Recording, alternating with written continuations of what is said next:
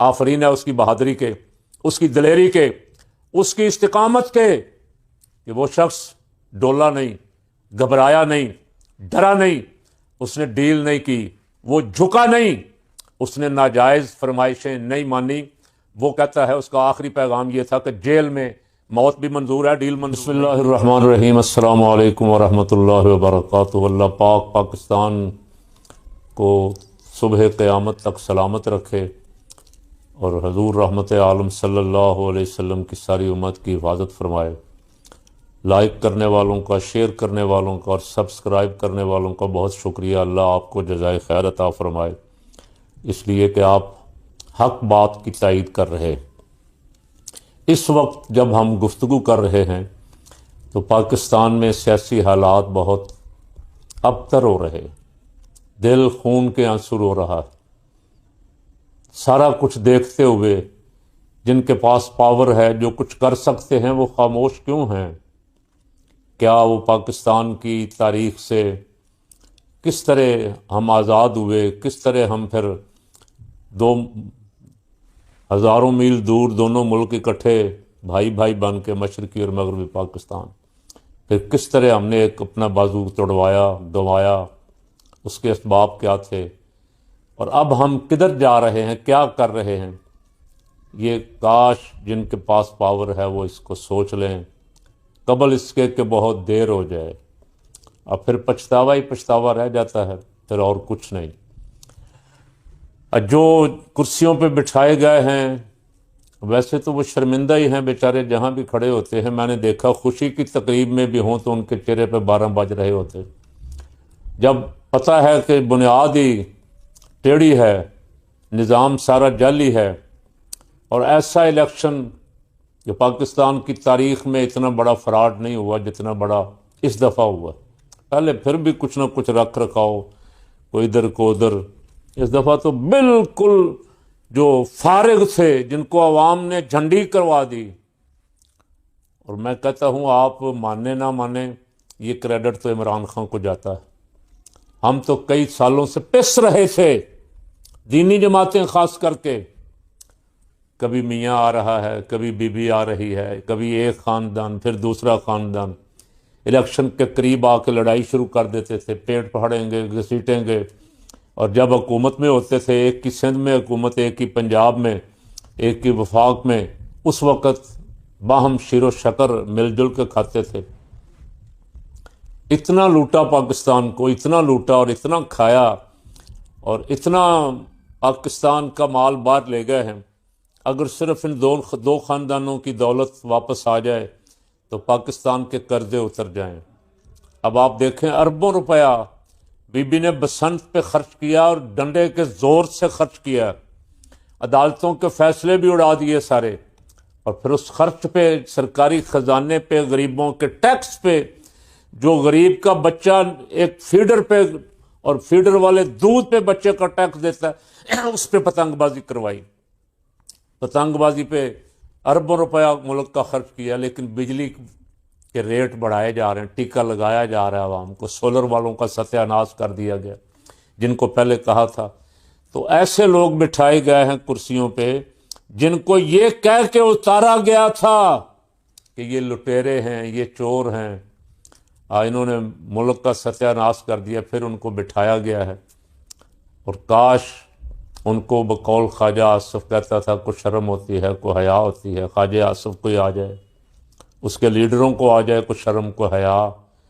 یار دنیا جہان میں قیدیوں کے کوئی حقوق ہیں، انسانوں کے کوئی حقوق ہیں، جانوروں تک کے حقوق ہیں، لیکن وہ آدمی جو جیتا، 80% عوام نے اس کو ووٹ دیا، 180 سیٹیں وہ جیتا، اور مخصوص سیٹیں ڈال کے 250 سیٹیں جس کی بنتی تھیں، اس کو بے گناہ بلا جرم بند کیا ہوا ہے، 300 مقدمات قائم کیے ہوئے ہیں، ایسے مقدمات جن پہ سزاؤں پہ عوام ہنستے تھے، جج شرمندہ سزا دے کے منہ چھپا کے بھاگ جاتا تھا۔ جن سزاؤں کو، جن فیصلوں کو ہائی کورٹ اور سپریم کورٹ فیس کرنے سے بچ رہے ہیں، ڈر رہے ہیں کہ یہ فیصلے جو ہیں ان کو ہم کیسے لگا ہی نہیں رہے۔ جو آئین کے مطابق جو فیصلے اگلے دن ہی لگنے چاہیے تھے ضمانتوں کے، جن پہ فیصلے آنے چاہیے تھے 2 دن میں، 4 دن میں، 8 دن میں، ان کو 2 سال ہو گئے ہیں۔ اور ستم بالائے ستم، اور ظلم یہ کہ قید میں بھی رکھا ہوا ہے، اور قید میں جو کلاس اس کی بنتی ہے وہ بھی نہیں دی، آئے دن ٹھٹھا اور مذاق بھی اڑاتے ہیں، جی وہاں دیسی مرغی کھاتے ہیں۔ اور جو مرزا جہنمی ہے، اس خبیث کو جیل میں دیسی گھی کی خوشبو آتی تھی، لگتا ہے وہ چوہوں کی نسل کا آدمی کو چوہوں کی سونگتا ہے، کہاں سے خوشبو آ رہی، وہ کہیں دور انہوں نے ڈالا ہوا تھا کسی اور جگہ، لیکن وہ سونگتا ہے، عمران خان کی بیرک کی خوشبو سونگتا تھا کہ کیا کیا خوشبو آتی، مذاق اڑاتے رہے، اس طرح کے ٹاؤٹ چھوڑے رکھے، اور ایک آدمی کو علاج تک کی سہولت نہیں دی۔ آفرین ہے اس کی بہادری کے، اس کی دلیری کے، اس کی استقامت کے، کہ وہ شخص ڈولا نہیں، گھبرایا نہیں، ڈرا نہیں، اس نے ڈیل نہیں کی، وہ جھکا نہیں، اس نے ناجائز فرمائشیں نہیں مانی۔ وہ کہتا ہے اس کا آخری پیغام یہ تھا کہ جیل میں موت بھی منظور ہے، ڈیل منظور نہیں۔ اب کئی دن ہو گئے جس دن سے اس کی بیماری کی خبر آئی، آنکھ پہ 80-85% ضائع ہو گئی ہے، بینائی ختم ہو گئی۔ اس دن کے ٹاؤٹ ڈیل کی خبریں چھوڑ رہے ہیں، آج ڈیل ہو گئی، کل ڈیل ہو گئی، فلاں ہو گیا، فلاں ہو گیا۔ اور ڈیل کا عالم یہ ہے کہ سپریم کورٹ کے چیف جسٹس صاحب نے جو فیصلہ دیا، کورٹ کی طرف سے جو نمائندہ بھیجا، اس پہ ابھی تک آ کے اس کی رپورٹ پہ کوئی فیصلہ بھی، ریٹن فیصلہ بھی نہیں دیا۔ چیف جسٹس صاحب فوٹا باس کوئی کار ریلی دیکھنے تشریف لے گئے، جو خبریں ہیں مبینہ طور پہ میں تو سنی سنائی بات کر رہا ہوں جو چل رہی ہے، اور اس کی کوئی تردید نہیں آئی ابھی تک کتنے بڑے ادارے سے۔ پورے ملک میں شور مچ گیا، بلکہ پوری دنیا میں شور مچ گیا، برطانیہ میں، امریکہ میں، ہر جگہ مظاہرے ہو رہے ہیں۔ انسانی حقوق کی تنظیمیں خاموش، اقوام متحدہ خاموش، ٹرمپ خاموش۔ جو بدماش قادیانیوں کی باتیں کان لگا لگا کے سن رہا تھا نا، قادیانیوں پہ بڑا ظلم ہو رہا ہے، اب اس کو سابق وزیر اعظم، اور دنیا میں میرا خیال ہے اس وقت کوئی لیڈر اتنا پاپولر اور مقبول نہیں ہے، نہ مسلمان ملکوں کا، نہ غیر مسلم ملکوں کا، جتنا یہ شخص پاپولر ہے۔ اس کو اگر پاکستان کا بچہ جانتا ہے تو برطانیہ کا بچہ بھی جانتا ہے، اس کو آسٹریلیا کا بچہ بھی جانتا ہے، نیوزی لینڈ کا بچہ، افریقہ کا، ویسٹ انڈیز کا، کرکٹ کھیلنے والے ملک تو جانتے ہی جانتے ہیں اس کو بطور ہیرو، دنیا جانتی ہے۔ اور اس نے اقوام متحدہ میں کھڑے ہو کے جس طرح عاشقان رسول کا مقدمہ لڑا، جس طرح لوگوں کے دل جیتے، اسی دن خطرہ تھا کہ دشمن اب اس کی جان کے درپے ہو جائیں گے۔ آپ دیکھ لیں، ٹرمپ وعدہ کر کے پاکستانی ووٹروں کے ساتھ ان سے پیسہ بھی لیا، انہوں نے الیکشن میں مالی سپورٹ بھی کی، سیاسی سپورٹ بھی کی، اس کے بعد چپ سادھ کے بیٹھ گیا، اس لیے کہ اسے ہمارے اردلی وزیر اعظم سے کام لینا تھا۔ امن بورڈ، غزہ میں پاکستانی فوج، اللہ کا شکر ہے کل میں نے دیکھا مولانا فضل الرحمان اور حافظ نعیم الرحمان صاحب اکٹھے ہوئے اور کچھ بات انہوں نے کی۔ کتنا اچھا ہوتا وہ باقی دینی جماعتوں کو بھی بلا کے مل کے مشترکہ آواز اٹھائیں پاکستان کی طرف سے کہ کسی صورت اس طرح کا کوئی امن بورڈ جس میں فلسطینیوں کو ڈسارم کرنا مقصود ہو، فلسطینیوں کو مارنا مقصود ہو، ان کو ختم کرنا، ان کی آزادی سلب کرنا، ان کے حقوق چھیننا مقصود ہو، پاکستان کبھی اس کا حصہ نہیں بنے گا۔ ٹرمپ اقوام متحدہ کے خلاف سازش کر رہا ہے، ایسا امن بورڈ جس کا وہ خود سربراہ ہوگا، ایسی فوج بنا رہا ہے جو اسرائیل کی حفاظت کے لیے لڑے گی، مسلمان آپس میں لڑائے جائیں گے۔ مولانا سے کہتا ہوں، جماعت اسلامی والوں سے بھی، ڈاکٹر زبیر صاحب سے بھی، کہ جتنی جلد ہو سکے دینی جماعتوں کو اکٹھا کریں، ملی یکجہتی کونسل بلا لیں یا کوئی پلیٹ فارم بلا لیں، اس پہ آواز بلند کریں اور پاک فوج کو بھی پیغام دیں. مجھے امید ہے انشاءاللہ العزیز اللہ نے چاہا تو پاک فوج شاید یہ فیصلہ کرے ہی نہ. جو اردلی کر رہا ہے، کبھی بوٹ پالش کر رہا ہے، کبھی اچھل اچھل کے ٹرمپ کو آسمانوں سے بھی اونچا دیکھ رہا ہے اور پہنچا رہا ہے، کبھی نوبل کے امن پرائز اس کو دے رہا ہے. میرا خیال ہے اس پہ پاکستان کا کوئی ادارہ بھی راضی نہیں ہوگا.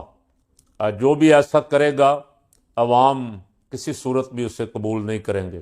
میں بات کر رہا تھا کہ ایک شخص جو دنیا جہان میں پاپولر ہے، یار یہاں تو ایک عام قیدی کے بھی حقوق ہیں.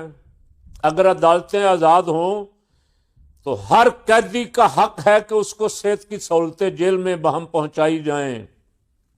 ڈاکٹر وہاں کوٹ لکھپت جیل میں موجود ہے، ایک آدھا کمپاؤنڈر موجود ہے اس کے ساتھ، ہیلپر کہہ لیں.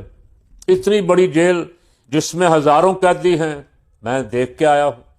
اور ڈاکٹر صاحب بڑے اچھے شریف اور نیک آدمی ہیں، اور مجھے بھی کبھی کبھی دیکھنے کے لیے تشریف لے آتے تھے میرا بلڈ پریشر وغیرہ چیک کرنے کے لیے. لیکن وہ بھی جیل کی سہولتوں سے مطمئن نہیں تھے. اتنی بڑی جیل میں اچھا وہاں دیکھا بھی اس کو جا رہا ہے جس کا کچھ تھوڑا بہت اثر رسوخ ہو. باقی عام قیدی تو بیچارے رل جاتے ہیں. ایک وزیر اعظم کے ساتھ یہ سلوک ہو رہا ہے. 3 مہینے سے حکومت کو بھی پتا تھا اور جیل سپرنٹینڈنٹ کو بھی پتا تھا. وہ انجم غفور انجم کیا نام ہے اس کا، یہ آنکھ کا مسئلہ بنا ہوا ہے. لیکن جان بوجھ کے نہ کسی بہن کی ملاقات، نہ کسی وکیل کی ملاقات، نہ بیٹوں سے بات. یہ تو سپریم کورٹ نے آرڈر دیا ہے کہ وکیل مقرر کر کے اپنا نمائندہ کے جا کے دیکھو خان کی صحت کیسی ہے. تب خبریں باہر آئی ہیں، شور مچا ہے پوری دنیا میں، اور یہ خبریں ملیں کہ آنکھ ضائع ہو گئی اور اب عوام اٹھ رہے. آج جو خبریں ہیں اللہ تعالیٰ مہربانی فرمائے، جتنی جلدی ہو سکے. فقیر کی ساری گفتگو کا ماخذ یہ ہے کہ جتنی جلدی ہو سکے جو فیصلہ ساز ہیں وہ خان صاحب کو الشفا ہاسپٹل جہاں کا ان کے گھر والے مطالبہ کر رہے ہیں، ان کا ہی حق ہے.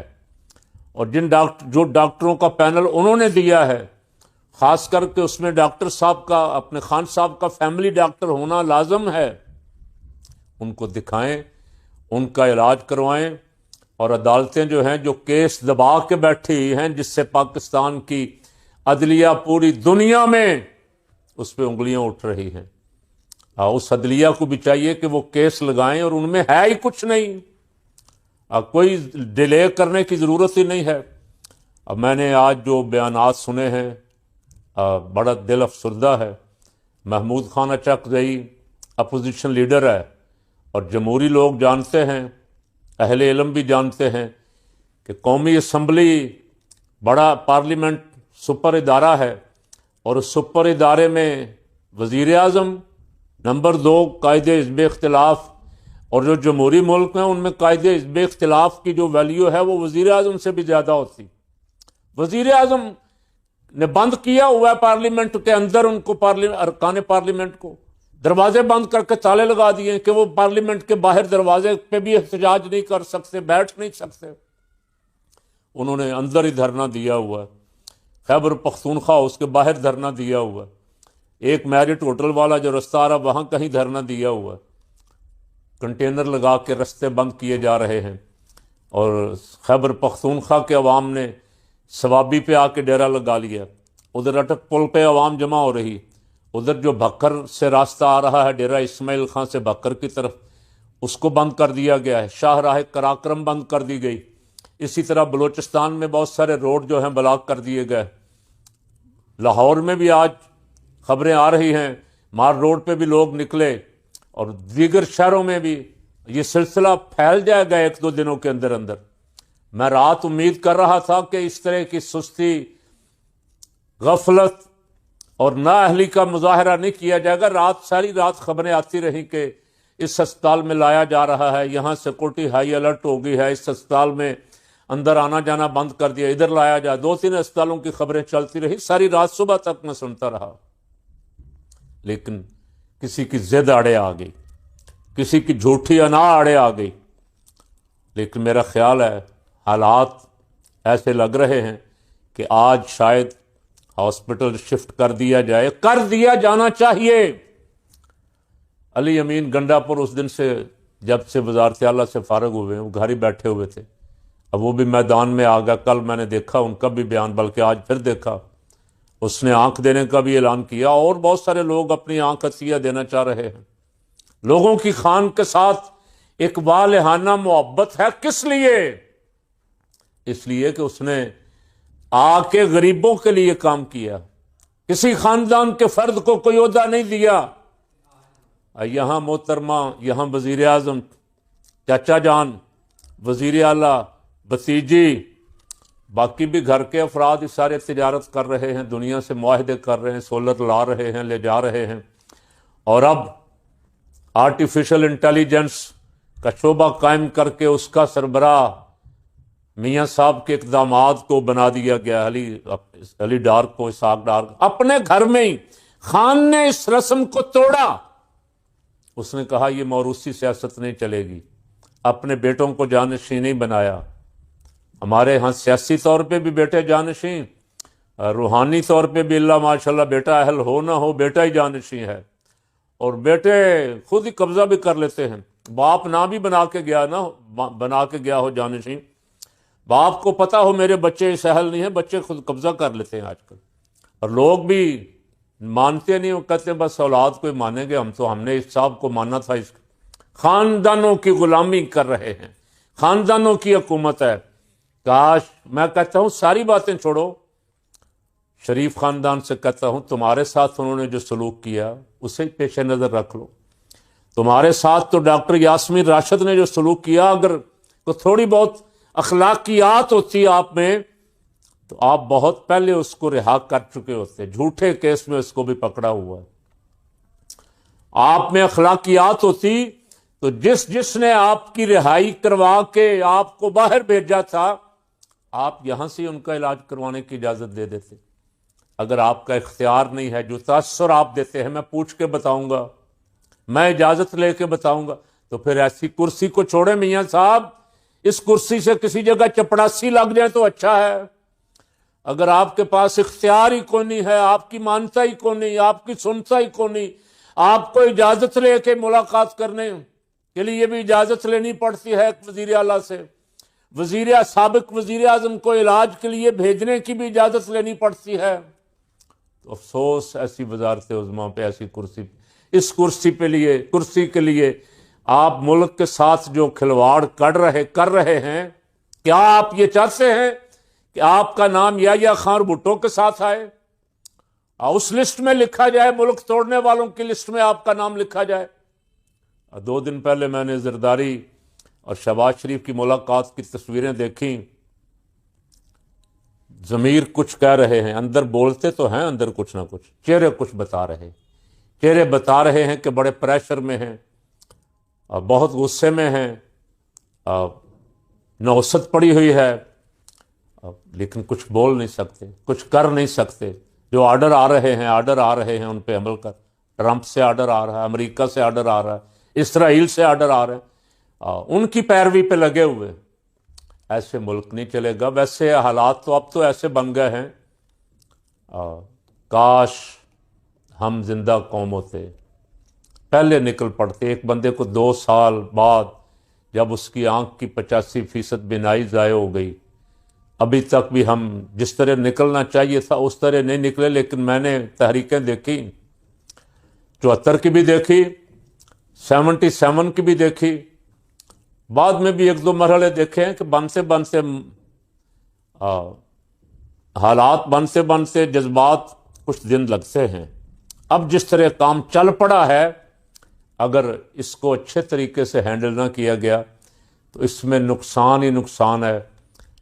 سب سے بڑا نقصان تو حاکم بدہن، اللہ نہ کرے، آپ ملک کو کریں گے، اپنے آپ کو تو آپ انجام دیکھ بھی رہے ہیں، اپنے سے پہلے پیش رو جو ہیں ان کا انجام بھی آپ دیکھ رہے ہیں۔ قاضی باہر نہیں نکل سکتا۔ باجوہ صاحب فرانس میں بیٹھے ہوئے تھے، آپ نے دیکھا کیا ہوا، باہر نہیں نکل سکتا۔ جو بندہ گھر سے باہر نہ نکل سکے، نماز مسجد محلے کی میں جا کے نہ پڑھ سکے، بادشاہی مسجد کی میں جا کے نماز عید بھی نہ پڑھ سکے۔ پہلے جاتے تھے بادشاہ، وزیر اعظم، گورنر، بادشاہی مسجد میں تصویر اترے گی، خبر چھپے گی، وزیر اعظم صاحب نماز عید ادا کر رہے ہیں، اب آپ مجھ سے بہتر جانتے ہیں کہ آپ باہر نکل نہیں سکتے عوام میں، تو ایسی حکومت کا کیا فائدہ ہے؟ آپ فوری طور پہ اپنے معاملات پہ توجہ کریں، اور اگر کوئی قربانی دینی پڑے، قربانی کس چیز کی آپ نے دینی؟ ایک قیدی کو اس کا حق دینا ہے، اس قیدی کو بھی حق دیں، اور باقی جو قیدی قید میں ہیں اور ان کی صحتیں بھی 75 سال کے بیمار ہیں، اور ان کو بھی نہ علاج کا حق دیا جا رہا ہے، نہ ہاسپٹل شفٹ کیا جاتا ہے۔ آپ تو جیل بعد میں جاتے تھے، ہسپتال پہلے شفٹ ہو جاتے تھے۔ زرداری کہتا ہے میں نے 11 سال کے 9 سال جیل کاٹی ہے، ہسپتال میں موت کی، گھر سپیشل ملے ہوئے تھے، اور اس میں وہ خبریں کے ایڈیٹر تھے ضیاء شاہد مرحوم، اور انہوں نے بہت کچھ لکھا اور بہت کچھ کہا، میں اس میں جاتا ہی نہیں ہوں۔ بہرحال میں صرف اتنا کہہ رہا ہوں، میرے بزرگ پاکستان بنانے والوں میں تھے، اور ہم نے ہر دور میں پاکستان کے لیے قربانی دی ہے۔ ہمارا حق غصب کیا گیا، 70 میں بھی، 77 میں بھی، بعد میں بھی نقصان بھی پہنچائے گئے، لیکن ہم الحمدللہ اپنے ملک کے ساتھ کھڑے ہیں، کھڑے رہیں گے۔ ہمارے بزرگوں نے اس ملک کے لیے بڑی قربانیاں دیں، بڑی جد و جہد کی، ان کا دل دھڑکتا تھا پاکستان کو کوئی کانٹا بھی چبھتا تھا۔ تو پاکستان کی سلامتی کے لیے مل جل کے توجہ کریں، اس پہ فوری اقدامات کرنے کی ضرورت ہے۔ یہ جو نکلے ہیں سڑکوں پہ بیٹھے ہوئے ہیں، یہ سب پاکستانی ہیں، یہ کوئی غیر ملکی نہیں ہیں۔ ان کا بھی پاکستان پہ اتنا ہی حق ہے جتنا شہباز اور زرداری کا ہے، بلکہ ان سے زیادہ۔ شہباز اور زرداری تو اپنے حصے سے بھی زیادہ کھا چکے۔ یہ جو عوام نکلے ہوئے ہیں، یہ تو قربانیاں ہی دیتے آ رہے۔ دعا ہی کرتا ہوں آج اللہ تعالیٰ رات خیریت کی گزارے، اور جو خبریں سننے میں آ رہی ہیں ایسا ہو کہ جلد سے جلد خان صاحب کو شفٹ کر دیا جائے۔ کوئی بڑا نقصان ہو گیا تو اس کو بھگتنا بہت مشکل ہوگا۔ جتنے بھی باہر نکلے ہوئے ہیں، اللہ ان کو ان کے نیک ارادوں کی، اخلاص کی، کہ وہ ملک کے لیے نکلے ہیں، اپنے لیڈر کے لیے نکلے ہیں۔ پاکستان میں کبھی ایسا نہیں ہوا، میاں کو بھی 2/3 اکثریت ملی، پیپل پارٹی بھی کئی دفعہ آئی، کسی نے آتے ہی عوام کے لیے 10 لاکھ روپے کا صحت کارڈ کو دیا ہے تو مجھے بھی دکھائیں۔